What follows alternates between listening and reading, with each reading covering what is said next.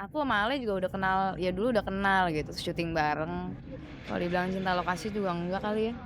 Enggak. Jadi kalau emang yang dulu dia begitu ya emang itu mungkin persepsi orang aja cinta lokasi kan kebetulan syuting bareng gitu. Kalau di sayanya sih waktu itu yang enggak. Sebenarnya kalau aku sih, kalau ya itu orang boleh ngomong apa aja terserah, tapi kan ya kita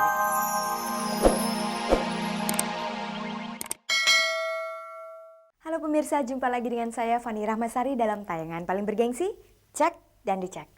Seperti biasa, selama 30 menit ke depan dapat Anda simak berbagai kisah mutakhir dan akurat seputar kehidupan selebriti kita, termasuk gaya hidup dan hobi unik mereka. Pemirsa, kedekatan Karina Suwandi dan Arisy Hasale yang sama-sama membintangi sinetron Ali Topan memang sudah tercium sejak dulu. Cek dan Dicek pernah mewawancarai mereka berdua, tapi ketika itu Karin dan Ale hanya mengaku teman biasa saja. Kini keduanya bicara belak-belakan, mengatakan bahwa mereka sedang menjalin hubungan cinta. I had no choice but to hear you. You stated your case time and again. Sejak membintangi sinetron Ali Topan, Arisy Hasale dan Karina Suwandi jadi makin akrab. Awalnya memang cuma teman biasa. Lama-lama mereka menemukan banyak persamaan dan kecocokan. Akhirnya mereka memutuskan untuk menjalin hubungan cinta. Kepada Aprila Jemunaf dan Dwi Daryanto dari Cek dan Dicek, Ale dan Karin menceritakan awal hubungan mesra mereka. Ya pokoknya kayak kita tuh nggak ada ya maksudnya. Iya kita jadi gitu enggak ya udah jalan aja diterusin gitu. Ya aku sih ya aku emang nggak biasa terus ya kita jadi ya terus ada kayak anniversary-nya gitu kita nggak ada. terus kasih bunga. Heeh. Aku suka lo sama kamu. Ayah. Gitu jadi ya udah jalan kebetulan teman-temannya Ale juga teman-teman saya juga jadi ya sama ya bergaulnya juga sama. Karin yang berdarah Cekoslovakia itu dilahirkan di Jakarta 25 tahun yang lalu. Ale yang berdarah Ambon itu lahir di Irian. Apa yang membuat dua artis ini saling tertarik? Kalau aku sih nggak pernah lihat orang dari, ya bukan yang nggak pernah, tapi ya kalau nggak harus ini aduh karena hidungnya aduh kan nggak, jadi nggak ada yang, bukan nggak ada yang menarik, semuanya ini kan suatu kesatuan tubuh. Jadi ini udah menarik, udah Tuhan menciptakan segala sesuatu yang menarik, dan dia udah menarik, udah nggak ada yang wah susah dah jawabnya dah. Bingung ini, berebet ini. Sifatnya dahsyat, nyantai-nyantai aja, kita kemana aja nyantai. Dahsyat pokoknya lah, udah susah aku ngejelasin. Ya maksudnya bohong lah kalau saya masa nggak ngelihat dari fisik gitu maksudnya cuman ya dari sifat ya saya seneng sederhana aja gitu maksudnya nggak yang macem-macem kali ya Itu dan dia nggak terlalu suka keluar malam. Ya itulah hatinya baik. Selain sibuk dengan kegiatan syuting, Ale dan Karin memang masing-masing punya usaha. Ale saat ini mengelola warung tenda di kawasan Senayan yang ia beri nama Warung Ale Ale. Karin sendiri punya sebuah butik. Kemana mereka menghabiskan waktu berdua?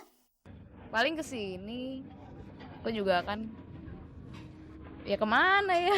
ini makanya orang mungkin kalau berhubungan selalu begitu sih, jadi pertanyaannya begitu, kita nggak begitu, jadi susah jawabnya. Kalau aku sih waktu sedikit asal yang penting itu precious gitu. Yang penting itu berharga. Walaupun gak lama tapi ketemu gitu. I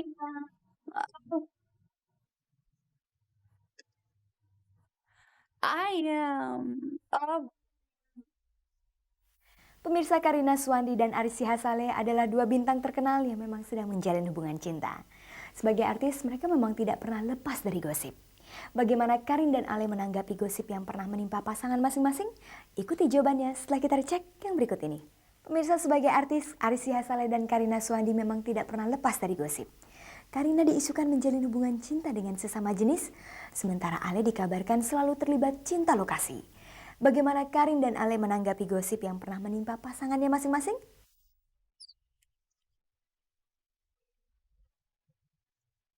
ins and talk.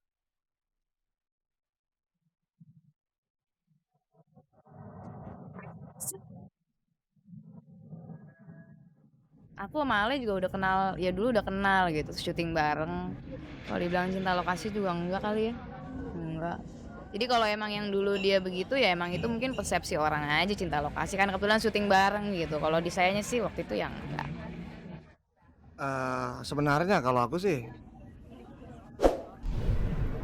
kalau ya itu orang boleh ngomong apa aja terserah, tapi kan ya kita lihat aja yang sebenarnya, nggak ada apa-apa ya kenapa, nggak perlu lah ditanggapin yang gitu. Kalau kita tanggapin stres sendiri, pusing sendiri, nggak usah yang kayak gitu ditanggap-tanggapin.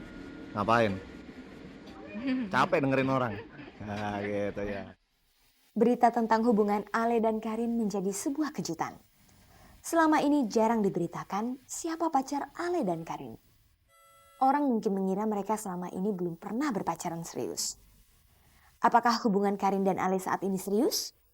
Ya kalau udah pacaran serius ya pacaran serius gitu. Kalau untuk kedepannya kan itu bukan kita juga yang bisa memutuskan, kita aja gitu. Masa kan tuh banyak orang juga Tuhan gitu. Jadi untuk kesananya kalau emang ada jalannya, mudah-mudahan gitu. Tergantung jalan mana yang mau ditempuh. Nggak mungkin orang pikir aku nggak pernah serius. Saya selalu melakukan segala sesuatu dengan serius. Hanya caranya aja mungkin orang lihat nggak serius. Tapi hidup saya adalah hidup yang serius. Apa rencana Karin dan Ale mengenai hubungan cinta mereka? Ya semua orang pasti inginnya baik. Ya itu aja jawabannya. Semua orang pasti ingin dalam suatu hubungan pasti baik, ya itu. Menjaga aja kayaknya ya. Kalau saya bilang sih ya jaga hubungan yang sekarang aja gitu. Kalau ya saling berkorban tuh udah pasti ada. Ya pokoknya jagain hubungan yang sekarang aja lah gimana.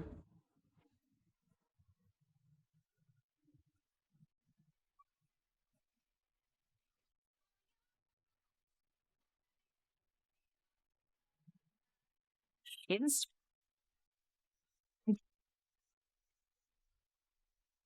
Pemirsa Uci Bing Slamet diam-diam rajin mengumpulkan gajah di rumahnya. Sudah 6 tahun ia menekuni hobi uniknya itu.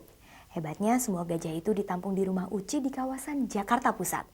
Bagaimana gajah-gajah itu bisa berada di tengah pemukiman penduduk?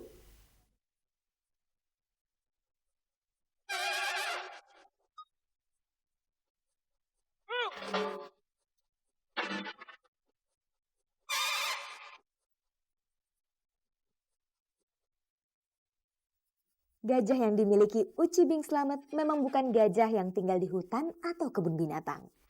Semua itu hanyalah koleksi Uci yang terdiri dari berbagai benda bernuansa gajah. Ada yang berupa boneka, gantungan kunci, anting, kalung, pajangan dari keramik atau logam. Kepada Sandra Dewianti dan Fahru Wardi dari Cek dan Dicek, wanita kelahiran Jakarta 37 tahun yang lalu itu menjelaskan awal kegemarannya mengumpulkan pernak-pernik gajah.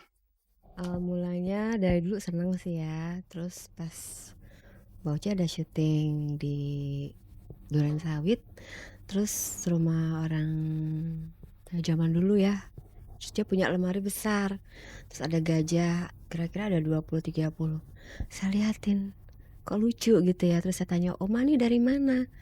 Ini pokoknya Oma harus 100 negara gitu, dia bilang, kalau enggak ya Oma nggak berhenti minta sama anaknya kan, soalnya anaknya pelaut.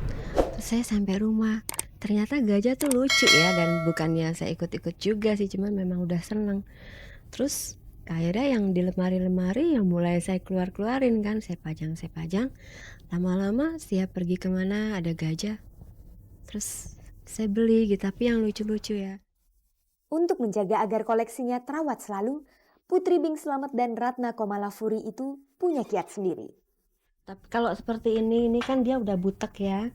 Mbak Uci nanti kasih braso, terus dia kuning lagi kayak baru kan. Kalau yang lainnya sih cuma dilap-lap pakai lap kering sama lap basah aja. Cuma kalau kristal memang ya harus hati-hati ya. Ya Pak, kadang Mbak Uci pakai kapas, dikasih air gitu seperti ini ya.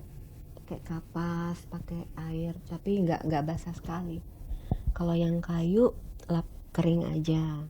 Kalau yang kayak boneka-boneka gini ya kalau udah kotor banget dicuci di tempat cuci boneka kan ada ya. Tuh. Ada satu koleksi yang sangat berkesan buat wanita yang bernama asli Ratna Luciana ini.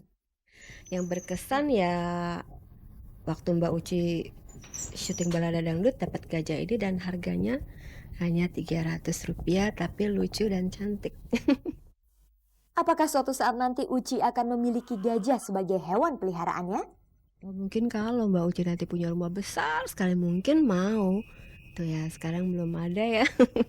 Tapi rencana itu nggak terlalu ini sih ya, nggak 100% lah. Cuma terlintas gitu aja sih itu.